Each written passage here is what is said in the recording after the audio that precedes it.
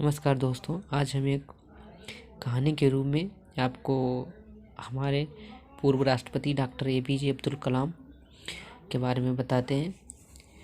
अब्दुल कलाम का जो जीवन का संघर्ष रहा है वो किस प्रकार का रहा है और कैसे ये राष्ट्रपति बने हैं, कैसे मिसाइल मैन कहा गया है, तो उनके कुछ तथ्य इस कहानी में लिखे हुए हैं, इस किताब में लिखे हुए हैं। वही आपको पढ़कर सुना रहा हूँ। इसका टाइटल है 8 वर्ष का कमाऊ लड़का। 8 वर्ष का कमाऊ लड़का, अर्थात जब राष्ट्रपति 8 वर्ष के थे उस समय क्या हुआ था, वही सारी चीज़ यहाँ पे बताई गई हैं। अब मैं पेज पलटता हूँ और कहानी पढ़ता हूँ, उसको ध्यान से सुने। हर सुबह मेरे पास अंग्रेजी और तमिल भाषा के अखबारों का बंडल आता था। अपनी विदेश यात्रा के दौरान मैं भारत के समाचारों से जुड़ा रहता था। मैं ऑनलाइन जाकर विभिन्न समाचारों व संपादकीयों से जुड़ा रहता था। किसी भी तरह की सूचना को उंगली दबाकर झट से हासिल कर लिया जाता था। वैसे इंजीनियरिंग तथा विज्ञान से संबंध होने के कारण मेरे लिए यह कोई आश्चर्य की बात नहीं थी। लेकिन अब आज की जीवन शैली तथा 70 साल पहले की ज़िंदगी, जो कि दक्षिण भारत के छोटे से शहर से जुड़ी हुई थी, इस अंतर को देखकर अचरज होता है। मेरा जन्म सन 1931 में हुआ था। मैं जब 8 साल का था, दूसरा विश्व युद्ध आरंभ भी हुआ था। ब्रिटेन ने नाजी जर्मनी से युद्ध की घोषणा कर दी थी और भारतीय कांग्रेस के विरोध के बावजूद भारत को ब्रिटेन की ओर से युद्ध में शामिल होना पड़ा। इस युद्ध में भारतीय सैनिकों को दुनिया के विभिन्न क्षेत्रों में भेजा गया था। भारत के दक्षिणी कोने में रहने के कारण हम पर इस युद्ध का कोई खास प्रभाव नहीं देखा गया। जैसा कि मैंने पहले भी लिखा था, रामेश्वरम 1940 तक एक लुप्त प्राय छोटा सा शहर था, जो कि तीर्थ यात्रियों के आने के बाद प्रसिद्ध हुआ। यह शहर ज़्यादातर व्यापारियों या छोटे उद्योगों का शहर था।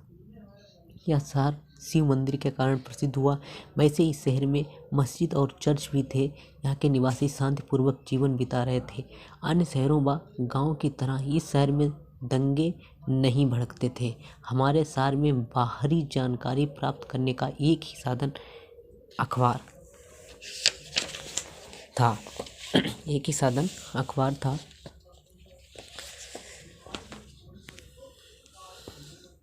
अखबारों को लोगों तक पहुंचाने का कार्य मेरे चचेरे भाई शमसुद्दीन की एजेंसी द्वारा किया जाता था। जलालुद्दीन की तरह मेरे जीवन पर मेरे इस भाई का भी अच्छा प्रभाव पड़ा था। यद्यपि वह लिख पढ़ सकते थे, परंतु उन्होंने कोई उच्च शिक्षा प्राप्त नहीं की थी और न ही वह जगह जगह यात्रा कर सकते थे। फिर भी उनका मुझसे बहुत स्नेह था। वह मुझे कई कार्यों के लिए प्रेरित करते रहते थे।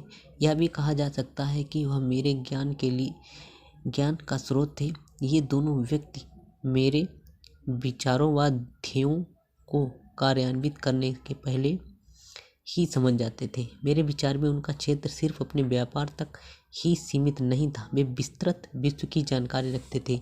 शमसुद्दीन की एजेंसी ही रामेश्वरम में अखबार बांटती थी। इस शहर में लगभग 1000 शिक्षित व्यक्ति थे। वह उन सबको अखबार बेचते थे। उन अखबारों में स्वतंत्रता संग्राम से जुड़ी जानकारियाँ सुर्खियों में दी जाती थी। उन समाचारों को लोग रुचि लेकर पढ़ते थे और उन पर चर्चा भी की जाती थी। इन समाचार पत्रों में युद्ध से जुड़ी खबरें भी छपती थी, जिनमें हिटलर व नाजी सैनिकों का भी विवरण दिया जाता था। इनके अलावा अन्य साधारण समाचार भी छपते थे, जिनमें ज्योतिष से संबंधित विषय या सोने चांदी के भाव छपते थे, जिन्हें पाठकों द्वारा पसंद किया जाता था। तमिल पेपर दीना मनी सबसे चर्चित समाचार पत्र था। रामेश्वरम में समाचार पत्रों के पहुंचने का एक अलग ही ढंग था। वे समाचार पत्र रोज सुबह रेलगाड़ी से रामेश्वरम स्टेशन पर पहुंच जाते थे। स्टेशन से वे अखबार पाठकों तक भेजे जाते थे। यह शमसुद्दीन का कार्य था, जिसे वह पूरी मेहनत से निभा रहे थे।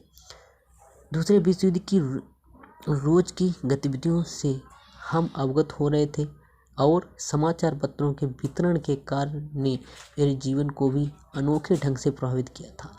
युद्ध के कारण ब्रिटिश सरकार ने विभिन्न प्रतिबंध तथा खाद्य वस्तुओं पर राशनिंग लगा रखी थी। इस काल को आपातकाल भी कहा जा सकता है। था जो कि पूरे देश में लागू था। हमारे बड़े परिवार को भी विभिन्न परिस्थितियों से गुजरना पड़ रहा था। कपड़े खाने की वस्तुओं आदि का प्रबंध करना भी मुश्किल हो गया था। हमारे परिवार में पिताजी के 5 बेटे व बेटियां थीं। इसके अलावा मेरे पिताजी के भाइयों के परिवार के सदस्य भी थे। मेरी दादी तथा मेरी माँ की यही कोशिश होती थी कि किसी तरह से सबको सभी वस्तुएं प्राप्त हों, सबकी ठीक तरह से देख रेख हो और सबका स्वास्थ्य अच्छा रहे। हम युद्ध का प्रभाव हमारे जीवन पर भी पड़ा। शमसुद्दीन एक अच्छी सलाह लेकर आए थे जिसमें मैं प्रसन्न तथा उत्साहित हो रहा था। सरकार ने हमारे स्टेशन पर ट्रेन रोकना बंद कर दिया था। हम नगर वासियों के लिए समाचार पत्र प्राप्त करना मुश्किल हो रहा था। अब किस तरह से ये समाचार पत्र प्राप्त किए जाएं ताकि लोगों को अखबार मिल सके और वे रोज की गतिविधियों से अवगत हो सके, यह एक गंभीर विषय था। शमसुद्दीन ने एक सलाह दी, अखबारों के बंडल तैयार रखे जाएं।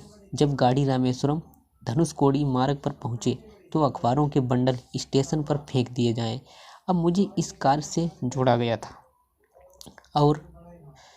था जो मेरे लिए अधिक रुचिकर था। मुझे रोज सुबह उन बंडलों को चलती रेलगाड़ी से लेना था और उन्हें शहर में लोगों में बांटना था। मेरी उत्सुकता की कोई सीमा नहीं थी। मैं केवल 8 वर्ष का था। यहाँ पे देखिए पूर्व राष्ट्रपति डॉक्टर APJ अब्दुल कलाम कह रहे हैं अपने बारे में, ध्यान से दोस्तों समझिए।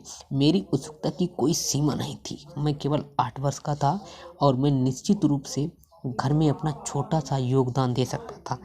मैं कई दिनों से देख रहा था कि मेरी दादी एवं माँ की थाली में भोजन धीरे धीरे कम होता जा रहा था, क्योंकि वे अधिकतर भोजन हम सब में बांट देती थी। बच्चों को खाने की वस्तुएं सबसे पहले परोसी जाती थी। मुझे नहीं याद कि किसी भी बच्चे को भूखा रखा जाता था। ज़्यादातर औरतें